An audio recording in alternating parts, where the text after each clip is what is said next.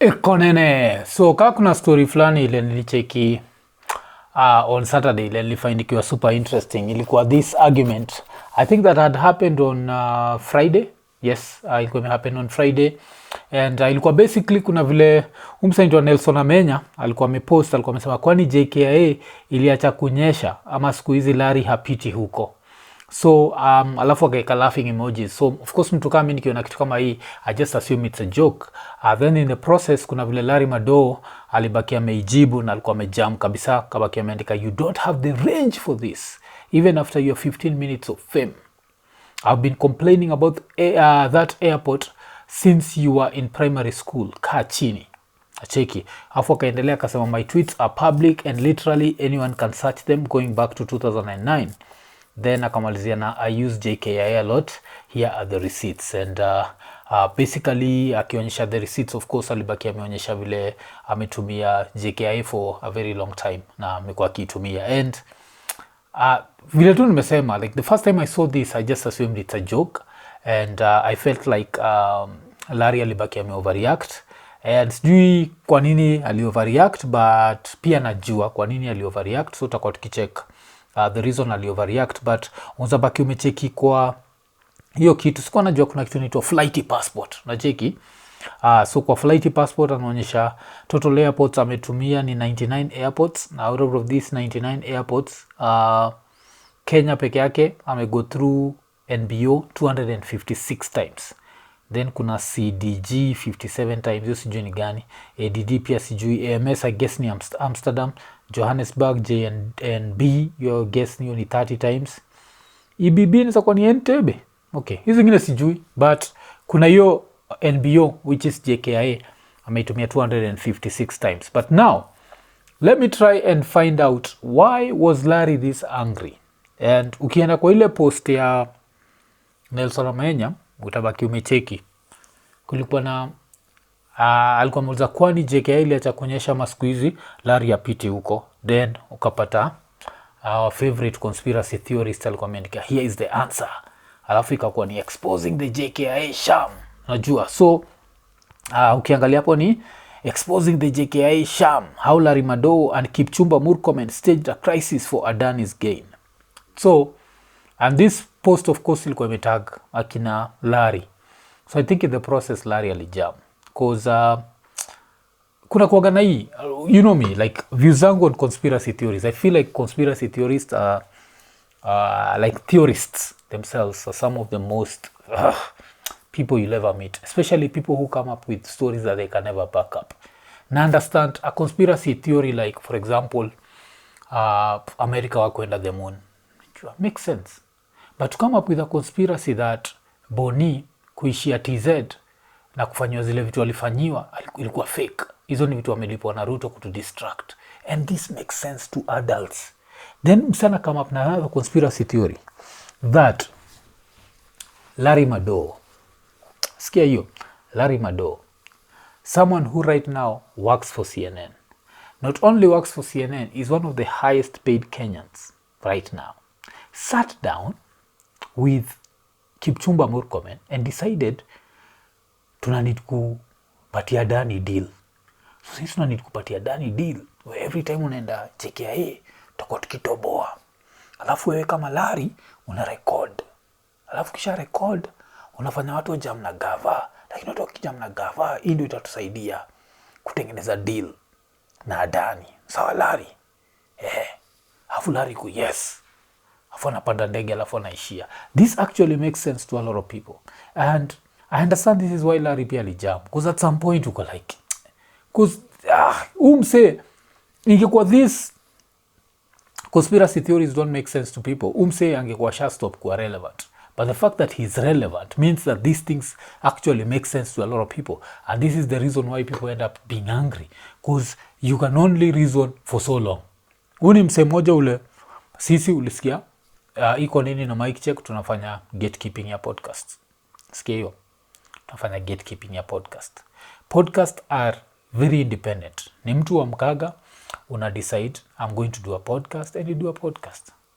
Cheki. Kama mimi, like hii podcast, it's literally a home studio. Kwa Kejani, saizi niko kijani, how need kuifanya place yote. And umse aliamua that sisi ni tuna keep podcasting. The same person may come with a whole article, and that article tells you of how Larry walikaga chini. Like if I was to read part of this bullshit, so ilikuwa Larry Madowo and Kipchumba Murkomen, 2 slimy characters in Kenya's public sphere, orchestrated. So jakaleka sauti, a pathetic charade, the tricks of deceit and insults, the intelligence of every Kenyan. This duplicitous scumbags stage a public spat over the deplorable state of... Unajonga sauti. And this is the nonsense. When him say, at some point I thought he was a reasonable person. I even sat down with him till I noticed ni conspiracy theories. Alafu inakuwa conspiracies hazi make sense. Unasikia Iko Nini iko sponsored na Ruto, tunalipo na Ruto na cover. Lira inaitangwa RAPCHA, kila siku inaandikaga vitu zingine za ajabu kabisa. But iko hapa Iko Nini. But hiyo ilipwi, but mwava nalipwa na mwava gawi. So ule mzana come, like kama government officials wanakujaga hapa, and I give them like some of the toughest questions that they never answer, but somehow Larry, through exposing how JKIA is useless, alikuwa na wakiagava, anatry to win their Danny deal. And yes, so I understand why he got angry. And I think he also got angry because of how Amenya pia reacted. Because kicheki, after Ufala aliandika like here's the answer, Amenya pia libaki ameandika after the expose, all the leaking magically vanished. And JKI does not rain all the time. Mimi mwenyewe nishatumia JKI a few times. I don't use it as many times as Mseka Larry. And the few times I've used it, there was no rain. So does that mean that there's no leaking? Because every time nimeitumia hakujakuwa kukinyesha. Hiyo inamaanisha hakuna leaking. And hiyo leaking pia another way to look at it, it was very simple repairs. Ni repairs ile umesikiza Iko Nini long enough, umesikia nikibonga juu the fact that this could have even been solved using a grass thatched roof. Like uchukue tu zile magrass uziwekele pale, unajua like afu ingebaki imestop story. But na understand kwa nini Larry alijam. Na kwa Mseka Amenya anaweza taka sana najua mnaogopanga umse akamse. So since mnamuogopa, instead of just calling him out on his bullshit, because this started out as a joke, and that's why there was the laughing emojis. But to end up saying that after the expose, all the magically, now I understand why Larry reacted the way he reacted. Nacheki. And people are allowed to be angry. At some point, the bullshit has to stop. And people can only take jokes for so long until they're like, nah, this is too much. And talking of taking jokes for so long, another interesting thing, of course, nilicheki ni kuna vile calligraph alikuwa interviewed, and vile alikuwa interviewed, I think ilikuwa on SPM ama Mpasho, one of the two. Alibaki amebonga juu the fact that Sabato, kuna time Sabato alibaki amemapproach, and Sabato alikuwa anataka mnunulie simu. And when I look at this as someone who does content, and I understand like the importance of a phone, and I can never forget that even for Iko Nini, we used to use a Samsung phone, and it's an Iko Nini fan ule to upgrade akatupeleka iPhone, so the iPhone 14 that ilibaki imetupeleka quality to the next level. So I understand that. I think hii situation ya Sabato, even the reason why someone like Kali has talked about it is you know it all attitude and dismissing people. If you come to art is relative, najua, and art is subjective. So some of the greatest artists that people rank, other people don't rank. So just because whatever feel what he was doing, in another world he could have done that, afanywe auto-tune, and he'd be perfect. Tumecheki story nasemekanaga that was what TZ hawezi imba. I don't know how true that is. So TZ hawezi perform live. That's very true. Like even there's a song that dropped at midnight. Hii ngoma sijaiona bado jo. Iko inafaa ku drop at midnight. Wacha nibaki nimecheck kama iko. Sienda hapo nimebonga juu yake. Kumbe haiko. And hii ngoma, the funny thing about it is if there is ever a live performance of it, it's going to be interesting. And the song I'm talking about ni Diamond Platnumz featuring Bien. Ngoma inaitwa Katam. Diamond can't perform to save his life. He come to live performances. Don't be fooled by hizi videos onaga. On the other side, BN ni BN. So hii song, if it's ever going to be performed live, itakuwa tricky. And but yeah, so hapo maybe nimedigress kidogo. And Diamond, I hope sijai kuomba simu. So ikikam tu boy, I think hiyo ndio shida. Kama tuseme ulikuwa umeenda kwa Kali alafu kabaki umomba Kali simu, I think with that you end up being like ile story ya Laria, you do not have the range kuongea mbaya juu ya mse. And I think nilibaki nimecheki some half-assed apology ile mse mwenyewe alibaki amefanya, but kitu tunaweza sema ni hivyo. I guess this is the reason why wase end up wamejam. So ukicheki mseka Laria amejam ile side, ukicheki mseka Makali pia ana go out of his way ku address mseka Sabato. It's because of that. At some point people just get tired, man. It's the same nonsense. Mimi nakuaga funny sana kwa kuna kuaga na fala wanakuaga kwa inbox zangu kiniambia vile mimi ni government agent. And tunakanza cheki kuna fala moja shindaga hapo, wewe ni government agent wewe, alafu napataga ni kifala kimeanza text tu vizuri, alafu ukishamjibu ile na heshima, at some point ana jam na wewe. So uko US na unatry kutuma do Kenya, baki umetumia LemFi. Na reason ya kutumia LemFi ni LemFi inakupatia the highest exchange rates. Alafu apart from that, juu ya LemFi unabaki umetuma $8,000 in one day.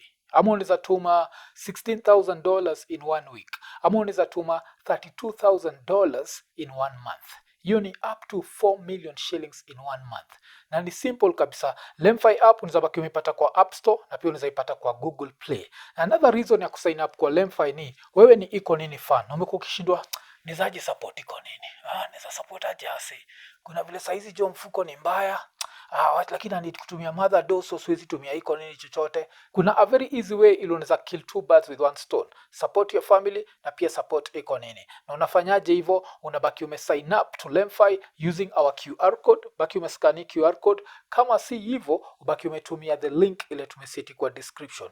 Na usisahau the first $100 ile utatuma, wewe mwenyewe utapata $20 cashback. Alafu sisi juu tumekurefer, pia sisi tutapata $20. Unacheki, utakuwa umesupport Iko Nini, ndio tuendelee kukupatia the conversations that you like. Na pia kitu inabamba kabisa ni saizi kuna vile LemFi ina support both M-Pesa paybill numbers na till numbers. Inamaanisha unabaki umelipia madhako internet ukiwa majuu, unaweza mlipia stima bado ukiwa majuu. Unaweza make sure that madhako iko both connected na pia keja yake iko lit up. Na hiyo ni courtesy of LemFi. LemFi, international payments for everyone. Iko Nini.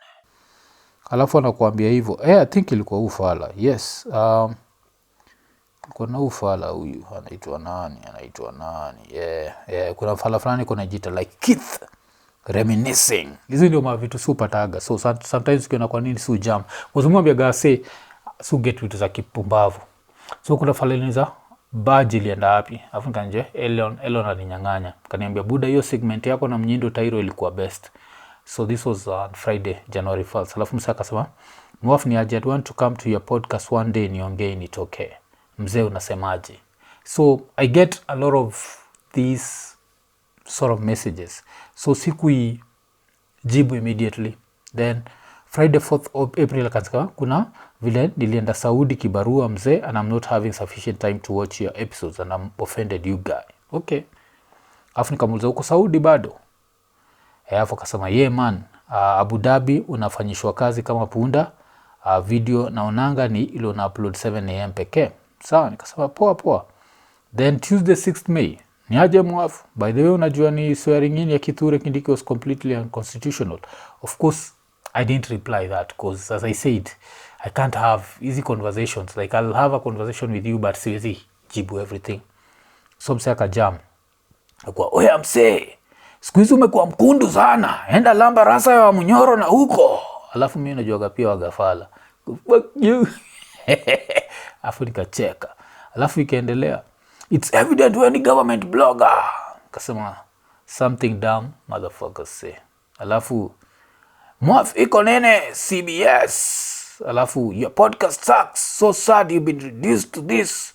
Ghost to the old man.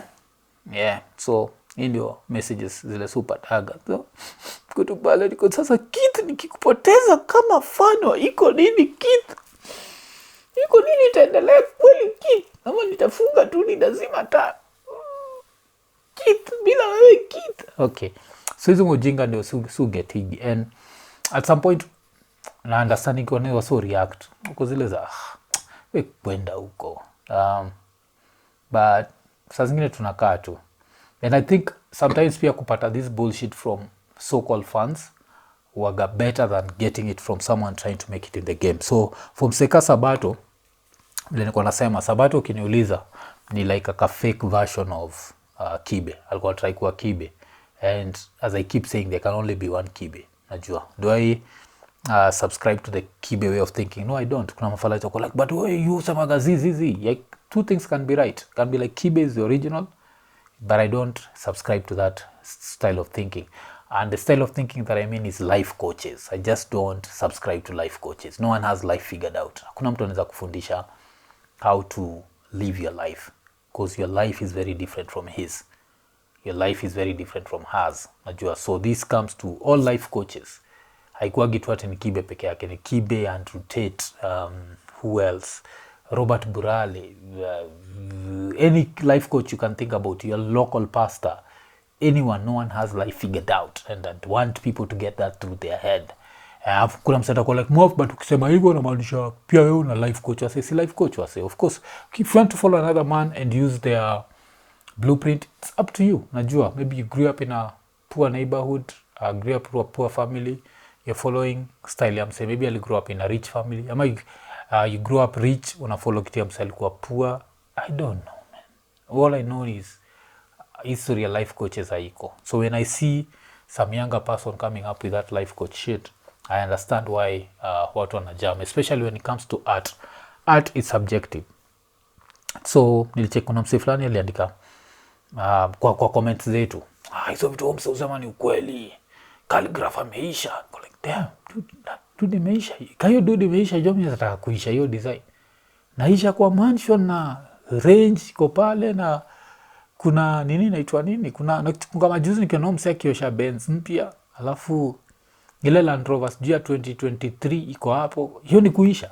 Damn man, sign me up for that kuisha jo. By the time Ryan anasema iko nini imeisha, alafu niko jona toka tu kwa kimansion tu, niko iko nene niza kwa nani nice kabisa.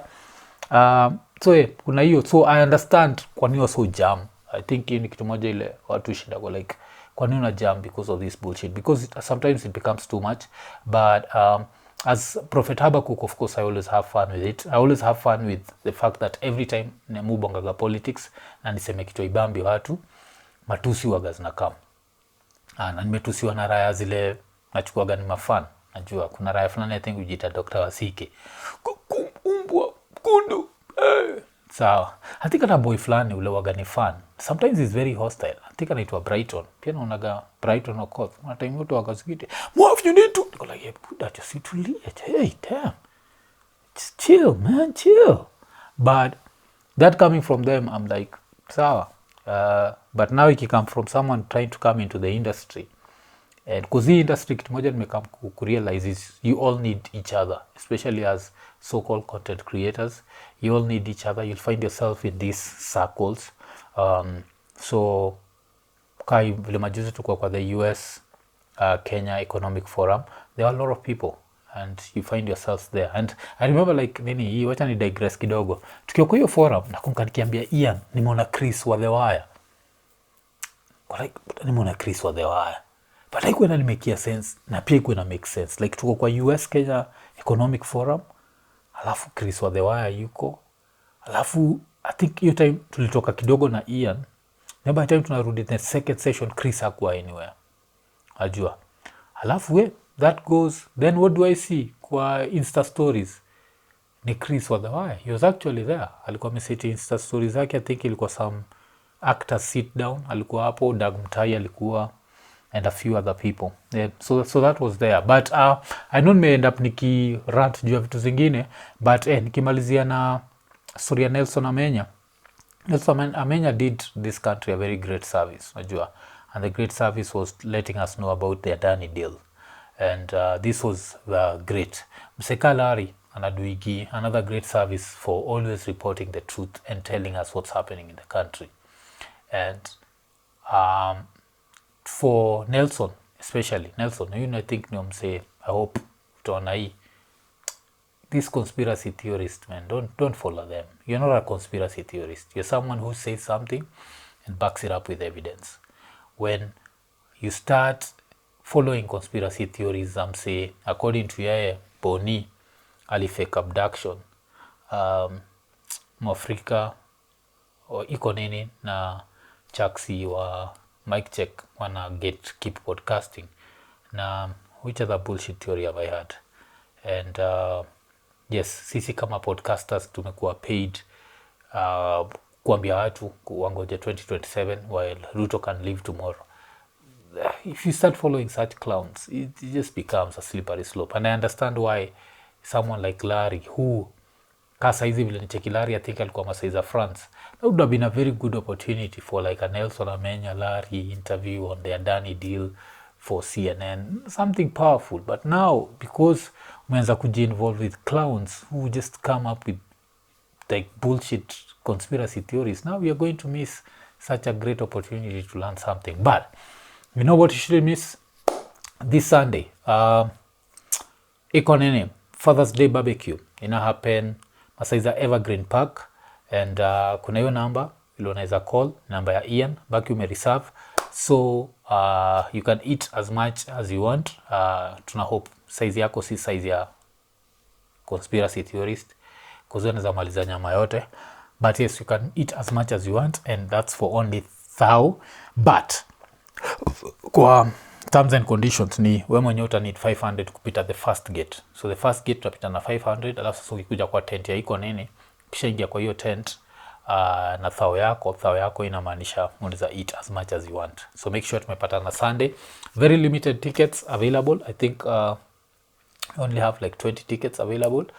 So kama ni 20 tickets and Iko Nini team ni watu 5, inamaanisha ni 15 tickets only. So grab your ticket. Make sure tumepata na hiyo siku. Alafu tucheck ni aje jo. And yeah, the Iko Nini barbecue, Father's Day barbecue happening this Sunday. Yeah, unacheki. Very limited tickets, so it's this Sunday. Reserve na hiyo phone number. Alafu tupatane this Sunday Masaiza Evergreen Park ile iko Kiambu Road. Iko Nini.